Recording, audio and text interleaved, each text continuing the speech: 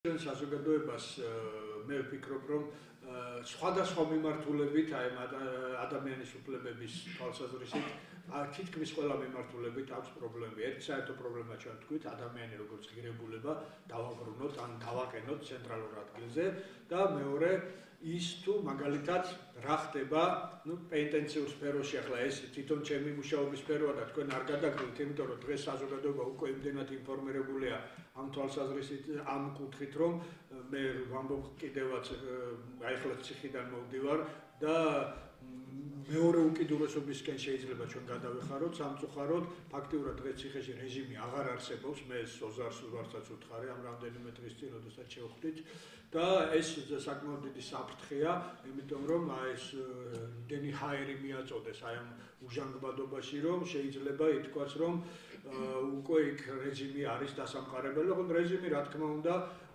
დამყარებული სწორედ მათი უფლებების დაცვაზე, საერთაშორისო ნორმებზე, საქართველოს კანონმდებლობაზე და კონსტიტუციაზე და არა რაღაც სადისტური რეჟიმი, არა ადამიანური რეჟიმი და ესეც ძნელი იქნება სხვათა შორის ერთი უკიდურესობიდან მეორე უკიდურესობა იმის გადასვლა, როდესაც იქ ვერ გაარჩევ რა არის, სად არის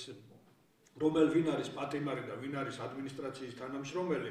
და როდესაც იქ მდგომარეობას ეს საყოველთაოდ ცნობილი რუსული სიტყვა პალაჟენიას აყენებენ და ინარჩუნებენ არა ადმინისტრაციის წარმომადგენლები, არამედ თვითონ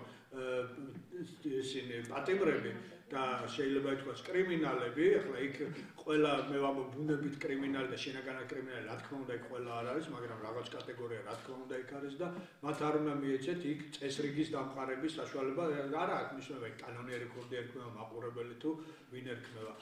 რეჟიმი უნდა დააყენოს იქ ადმინისტრაციამ, რა თქმა უნდა და ამ თვალსაზრისით ბევრია გასაკეთებელი, შეიძლება ძალიან ბევრი საყდურებიც მიიღოს ახალმა ხელისუფლებამ და სახალხო დამცველსაც ამ კუთხით ბევრი ექნება სამუშაო, იმიტომ რომ უცებ ახლა სრული თავისუფლებიდან იქ გარკვეულ რეჟიმში მოგეხსენებათ ახლა არც კურორტია ციხე და არც საბავშვო ბაღი, იქ რეჟიმი აუცილებლად უნდა იყოს გარკვეული რეჟიმი. და შეიძლება ამ თვალსაზრისით გარკვეული სიძნელეები იყოს, მაგრამ ჩვენ ეს უნდა ავხსნათ, აი ესე სიტყვა, ესე რა ქვია, ნაბიჯ თითოეულ შეხვედრაზე, თუნდაც პატიმრებს, თუნდაც მათ მშობლებს უნდა აეხსნათ, რომ ქაოსი ყველაფერი ჯობია. აი ეს შეიძლება თქვა, ქაოსი არის მერე საფუძველი დიქტატურისას და ყველაფრის.